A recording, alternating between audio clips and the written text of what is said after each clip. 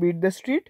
मैं हूं सीए सुदर्शन भंडारी और आज हम बात करने वाले हैं डिलहेवरी के आईपीओ के बारे में। इस वीडियो में हम करेंगे इस कंपनी का पूरा एनालिसिस और जानेंगे इस कंपनी के बारे में, बिजनेस को समझेंगे और यहाँ पे बेसिकली इसके वैल्यूएशंस, रिस्क क्या आपको अप्लाई करना चाहिए या नहीं करना चाहिए, ओवरऑल बिजनेस की क्या स्ट्रेटेजी रही, क्यों डिलीवरी एक बहुत ही बेहतरीन टेक्नोलॉजी फोकस्ड लॉजिस्टिक्स कंपनी है और इसकी इसलिए मार्केट कैप क्यों इतनी ज़्यादा है, ये सारी चीज़ों पे अपन बात करेंगे।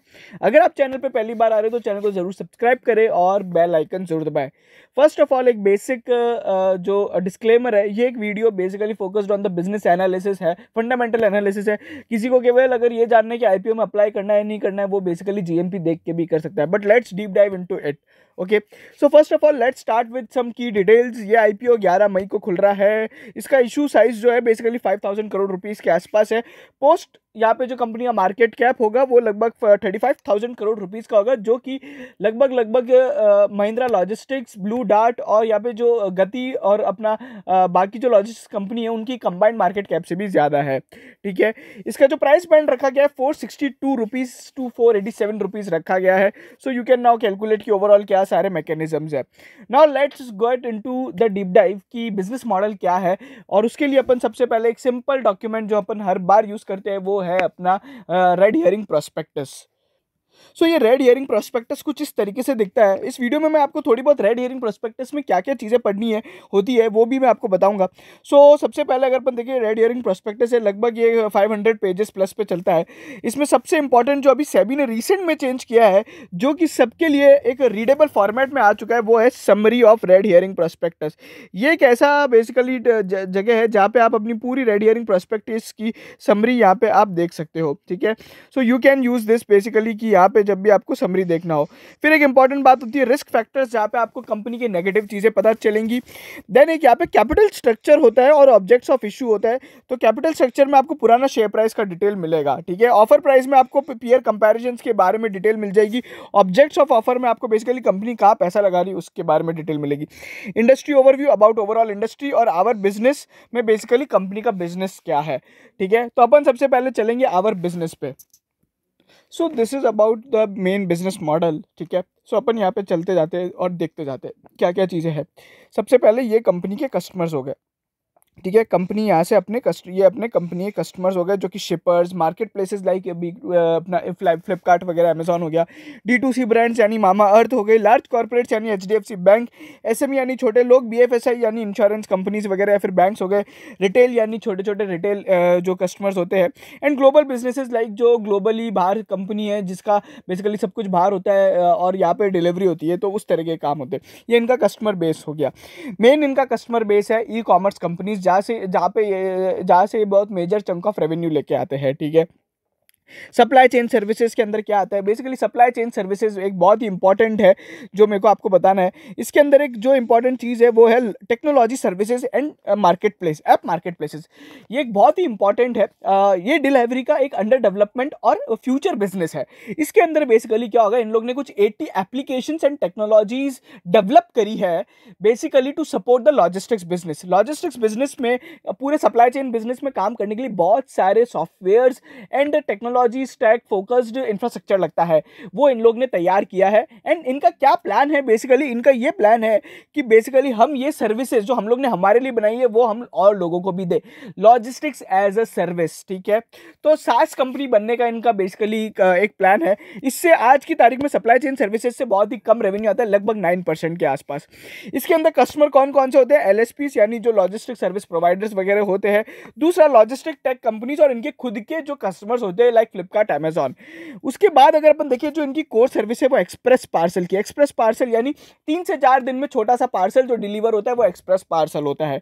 फिर हैवी गुड्स होता है और एक ट्रकलोड और पार्ट ट्रकलोड होता है। पार्ट ट्रकलोड यानी क्या हुआ, पार्ट ट्रकलोड यानी आप लगभग 2 टन का जो माल होता है, 100 kg से 2000 kg तक का जो माल होता है वो आपने ना ट्रक में रखवा दिया। ठीक है, पार्ट ट्रकलोड मतलब पूरा ट्रक आपने बुक नहीं किया है। फुल ट्रकलोड यानी फुल ट्रकलोड आपने बुक किया है। हैवी गुड्स यानी जो आपके भारी भरकम मशीन्स वगैरह का काम होता है वो हैवी गुड्स होता है। फिर इनकी कुछ इंटरनेशनल सर्विसेज है like cross border and delivery of basically global यहाँ पे डिलीवरी का है। फिर इनका कुछ यहाँ पे बेसिकली वैल्यू एडेड सर्विसेज है लाइक फाइनेंशियल सर्विसेज, जहाँ पे थोड़ी बहुत ये क्या करते हैं बेसिकली फिनेंशियल अपना कमिटमेंट वगैरह देते हैं। Then there is a data product services, जहाँ पे ये अपना कंपनी का डेटा को यूज़ करके एक कस्टमर को हेल्प करते हैं to bring them in a good insights. ठीक है, तो इस तरीके से इनका काम होता है। ये इनका पूरा पूरा सिस्टम है जिस तरीके से चलते हैं। देन अगर अपन कोर बिजनेस को समझे तो ये कैसे काम करता है। मेनली लॉजिस्टिक्स कंपनीज में बहुत सारे एक तो है ना सॉर्टिंग फैसिलिटीज़, छोटे छोटे है ना बेसिकली वो होते हैं वेयर हाउसेज होते हैं। ठीक है, इसमें सबसे इंपॉर्टेंट होता है gateway.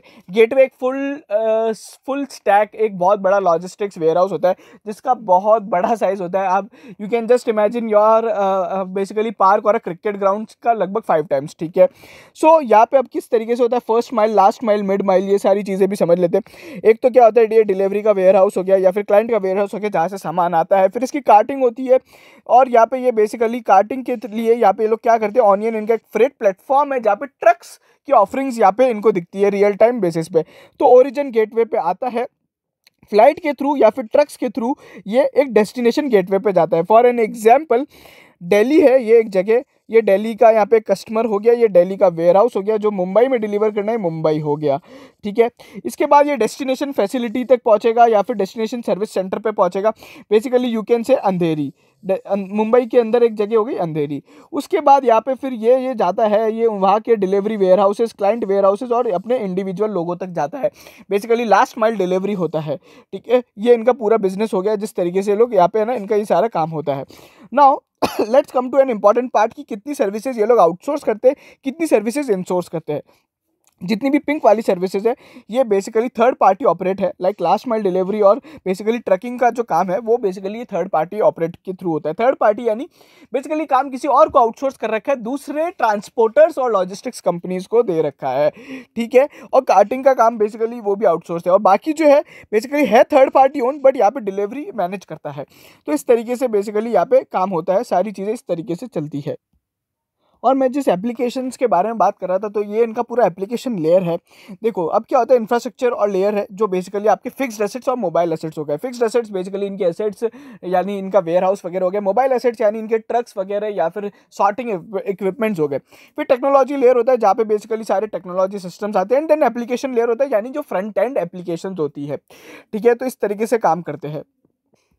Now, Delhivery is a basically technology and big data stack focused company. So, company बहुत सारा डेटा चर्न करती है। For an example 170 million GPS track points है जो कि लगभग 55,000 यूनिक डिवाइसेस के थ्रू ट्रैक किए जाते हैं।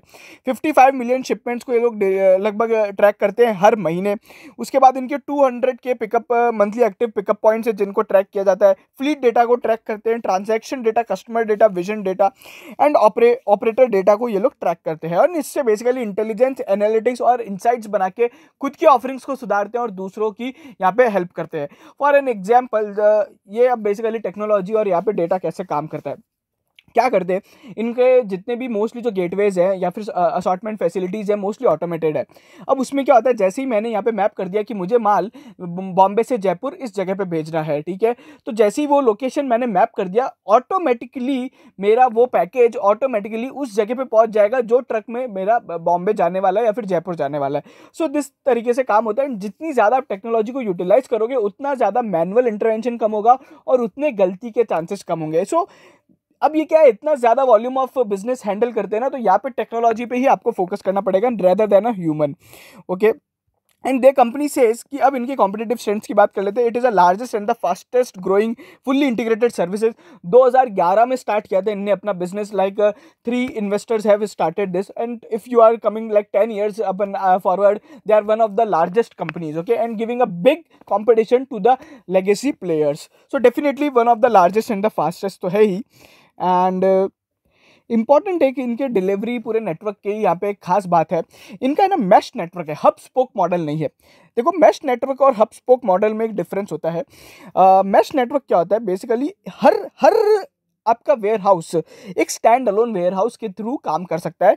बेसिकली आपका एक वो जो पर्टिकुलर वेयर हाउस है उसके अंदर सारी सर्विसेज दी जा सकती है। हब स्पोक मॉडल के अंदर क्या होता है, बेसिकली आपका एक होता है बड़ा वेयर हाउस, ठीक है, उससे छोटे छोटे वेयर हाउस होते हैं, ठीक है, जो उसको सर्व करते हैं, ठीक है। और अगर अपन देखें तो बेसिकली आपका जो हब स्पोक मॉडल तो ये हो गया, ठीक है।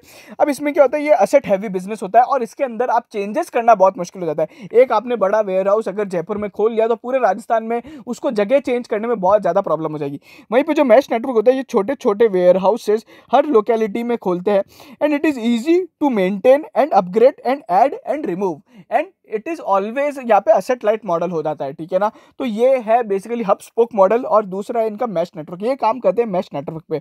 वर्ल्ड की सबसे बड़ी लॉजिस्टिक्स कंपनीज किस पे काम करती है, you will surprise to see, but यहाँ पे वो भी सारी हब स्पोक मॉडल पे ही करती है एक्सेप्ट डिलीवरी यहाँ पे बेसिकली यहाँ पे मैश नेटवर्क पे यूज़ करता है, ठीक है। तो इस तरीके से बाकी अगर ब्लू डार्ट वगैरह की भी बात करें तो भी वो उस पर काम करती है। ओके, कमिंग टू अबाउट यहाँ पे इनका जो मेन फोकस है वो D2C ब्रांड्स पे 750 D2C ब्रांड्स है, 23,000 इनके एक्टिव कस्टमर्स हैं, जिसमें से जो टॉप 5 कस्टमर्स है वहां से 40% रेवेन्यू आता है। So they derive most of their revenue from those people, ठीक है।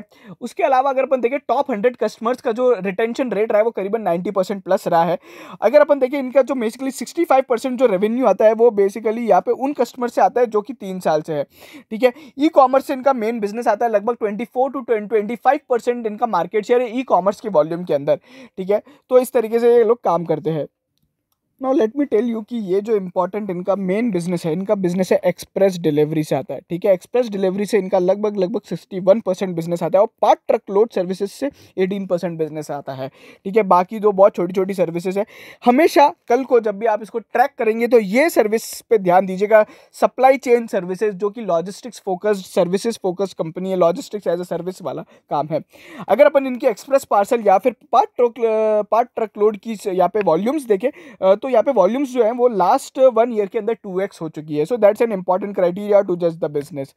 देन अगर अपन ओवरऑल चीजें देखते हैं तो इनके पिन कोड्स रीच है लगभग 17,488 जो कि लगभग ब्लू डार्ट के बराबर है। इंफ्रास्ट्रक्चर वगैरह आप यहाँ पे देख सकते हो, सबके अंदर ग्रोथ देखने को मिली है। गेटवेज के अंदर यहाँ पे नेगेटिव हुआ है, बेसिकली इससे पता पड़ रहा है कि कंपनी ने कोई गेटवे खोला, कोई वेयर हाउस खोला और वो उसको बंद करना पड़ा, ठीक है।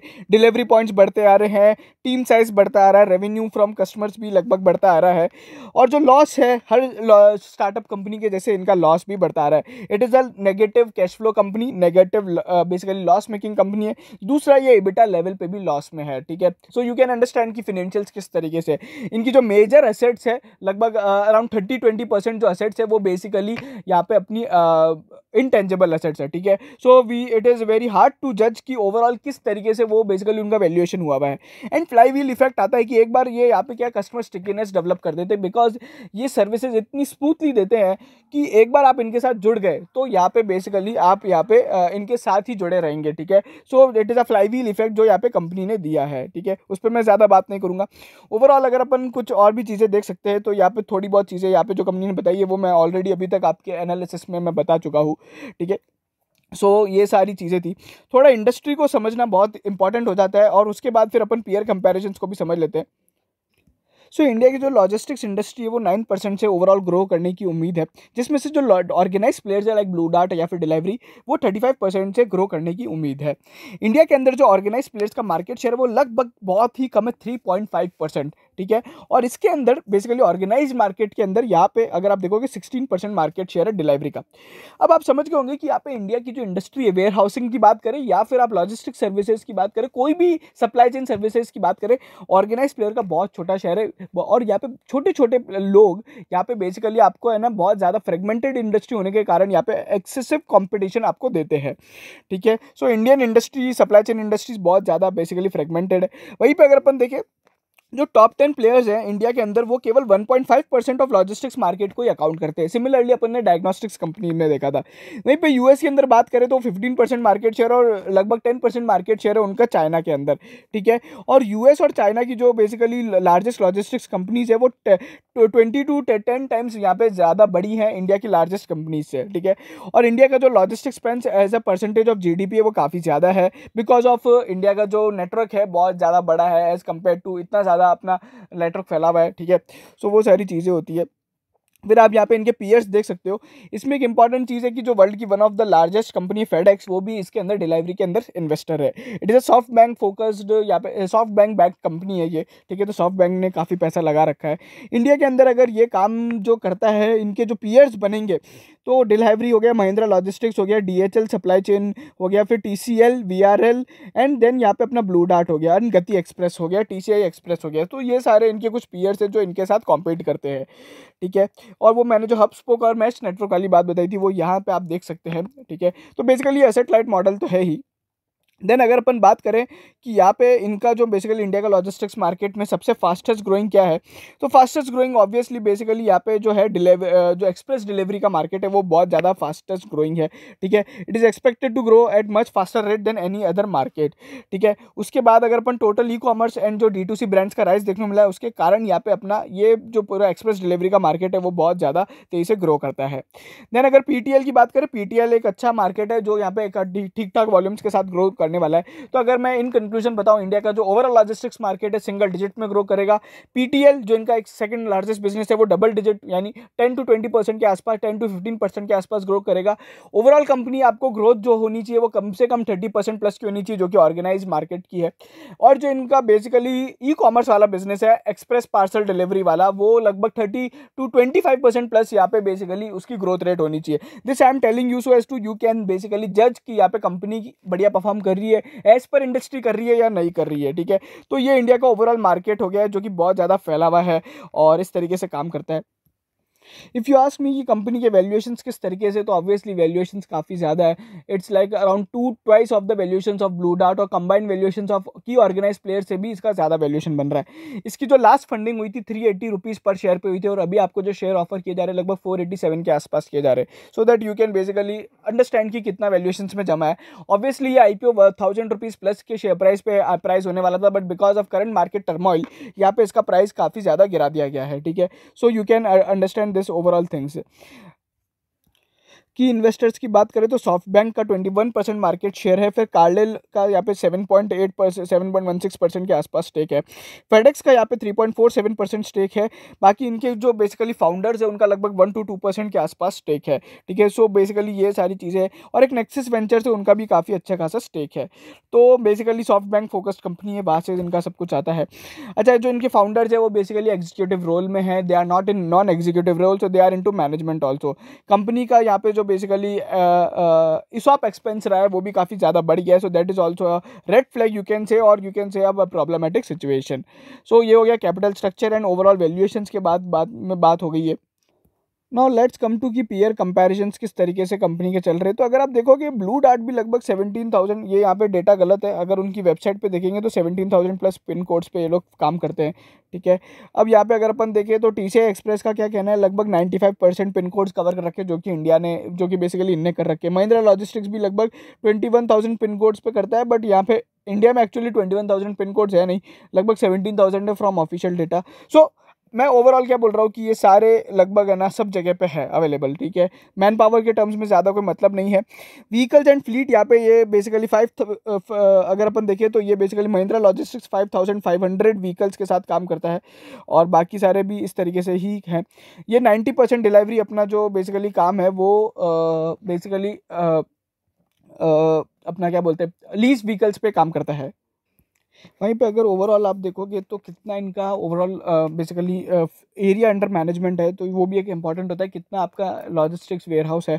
तो महिंद्रा की बात करें लगभग 21 मिलियन स्क्वायर फीट का एरिया है, वहीं पे डिलीवरी का यहाँ पे 14 मिलियन स्क्वायर फीट के आसपास है। फ्लीट की मैंने आपको बताया था कि ये इनके पास 50,000 रजिस्टर्ड व्हीकल्स है। अब ये जो नंबर्स है ना, ये आप कंपेरेबल नहीं कर सकते, बिकॉज क्या होता है हर कंपनी का उस नंबर को तोड़ मोड़ के प्रेजेंट करने का एक अलग तरीका होता है, ठीक है। सो you can not just compare, but हाँ थोड़ी बहुत चीज़ें हैं जहाँ पे डिलीवरी बेसिकली हायर है in terms of overall network availability, ठीक है। रेवेन्यू टर्म्स में देखें तो डिलीवरी और ब्लू डार्ट और महिंद्रा लॉजिस्टिक्स के जो रेवेन्यूज़ हैं लगभग बराबर है। वहीं पे प्रॉफिट आफ्टर टैक्स की बात करें तो इनका जो पैट है वो काफ़ी ज़्यादा खराब है, ठीक है, इनका लॉस मेकिंग है, और ये लोग EBITDA लेवल पे भी नेगेटिव है। तो अगर आप समझ रहे हो कि यहाँ पे पीयर कंपैरिजंस में अगर आप देखना चाह रहे हो तो yes they are very very basically इसका जो वैल्यूएशन है वो काफ़ी ज़्यादा है, ठीक है। बाकी लिस्टेड प्लेयर्स के बारे में और अदर लिस्टेड प्लेयर्स के बारे में मैंने आपको बता ही दिया था। एंड सो द 4,000 करोड़ जो कंपनी बेसिकली अपने पास लेके आएगी IPO के थ्रू, वो कहाँ पे यूज़ होगा, ऑर्गेनिक ग्रोथ इनिशिएटिव्स में होगा, overall new scale of line business में होगा, एक्सपेंडिंग देयर नेटवर्क इंफ्रास्ट्रक्चर, और ये एक जो इंपॉर्टेंट है लॉजिस्टिक्स ऑपरेटिंग सिस्टम बनाने में काम आएगा, फिर थोड़े बहुत एक्विजिशंस में आएगा। इन लोग ने थोड़े बहुत एक्विजिशंस किए हैं पास्ट में, बट ओवरऑल यहाँ पे जो इंपॉर्टेंट चीज़ है इनका जैसे नए बिजनेस का प्लान है कि नॉन एक्सप्रेस पीटीएल फ्रेट में काम करना, domestic air freight, intercity distribution और यहाँ पे बेसिकली फ्रेट फॉरवर्डिंग और temperature control logistic services Bangladesh और श्रीलंका में एक्सपेंड करने का प्लान है। वहीं पे अगर अपन देखें जो ओवरऑल इनको अपने थोड़े बहुत वेयर हाउसिंग फैसिलिटीज़ को एक्सपेंड करना पड़ता है, advance fleet of vehicles require रहेगा, तो वो सारी चीज़ें इनको लगेगी। देन अगर अपन समझे कि यहाँ पे इनका एडिशनली जो सैस प्लेटफॉर्म के लिए जो लगातार इन्वेस्टमेंट करते आ रहे, तो लगभग कंपनी ने भी 241 करोड़ रुपीज़ का इन्वेस्टमेंट कर रखा है। एंड ये इंपॉर्टेंट केपीआई है, जब भी कंपनी की बैलेंस शीट आएगी नेक्स्ट जब भी आती है तो हमेशा ये ट्रैक करना है कि ये बेसिकली इन्वेस्टमेंट कितना है। ठीक है, तो आवर इन्वेस्टमेंट फॉर यहाँ पे टेक्नोलॉजी जो है वो यहाँ पे आप यहाँ पे इससे देख सकते हैं। इन लोग ने बहुत सारी तरह तरह की एंटिटीज़ के साथ यहाँ पे टाइप्स और की वो कर रखे हैं। ठीक है, तो फेडेक्स का भी थोड़ा बहुत इनने बिजनेस खरीदा था जो कि बेसिकली इनका की पार्टनर है। ठीक है, तो वो सारी चीज़ें चलती रहती है। सो ओवरऑल यहाँ पे आप समझ सकते हो कि ये एक बेसिकली हाईली एक तो कॉम्पिटेटिव बिजनेस है और जिसमें बहुत ज़्यादा लगातार इन्वेस्टमेंट की ज़रूरत है। दो इट इज़ मतलब एसेट लाइट मॉडल है, बट यहाँ पे बहुत ज़्यादा यहाँ पे it is tough to make a business in here, because यहाँ पे कंपटीशन बहुत ज़्यादा होता है और गलती की गुंजाइश नहीं होती है। ठीक है, अपार्ट फ्रॉम दिस कि इसमें रिस्क क्या क्या है इस बिजनेस के अंदर, तो obviously valuation is a risk. Then यहाँ पे बहुत बार ऐसा हुआ है कि कंपनी के की कस्टमर्स लॉस्ट हो गए हैं। फॉर एन एग्जाम्पल एक इंडियन कस्टमर अभी ग्लोबल कस्टमर यहाँ पे चला गया था। फिर कुछ ऐसा भी होता है कि यहाँ पे अब ये D2C और ई कॉमर्स फोकस्ड कंपनीज है, तो उनकी खुद की फिनेंशियल उन कस्टमर्स की फिनेंशियल स्ट्रेंथ इतनी नहीं होती है।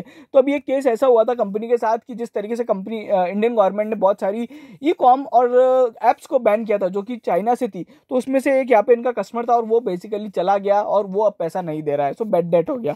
सो इस तरह की कुछ रिस्क है। ठीक है, और बेसिकली बिजनेस को एक्सपैंड करना और यहाँ पे लॉजिस्टिक फैसिलिटीज़ को ओपन करना और क्लोज डाउन करना, ये बेसिकली एक रिस्क है। ठीक है, सो वैल्यूएशंस डेफिनेटली हाई है।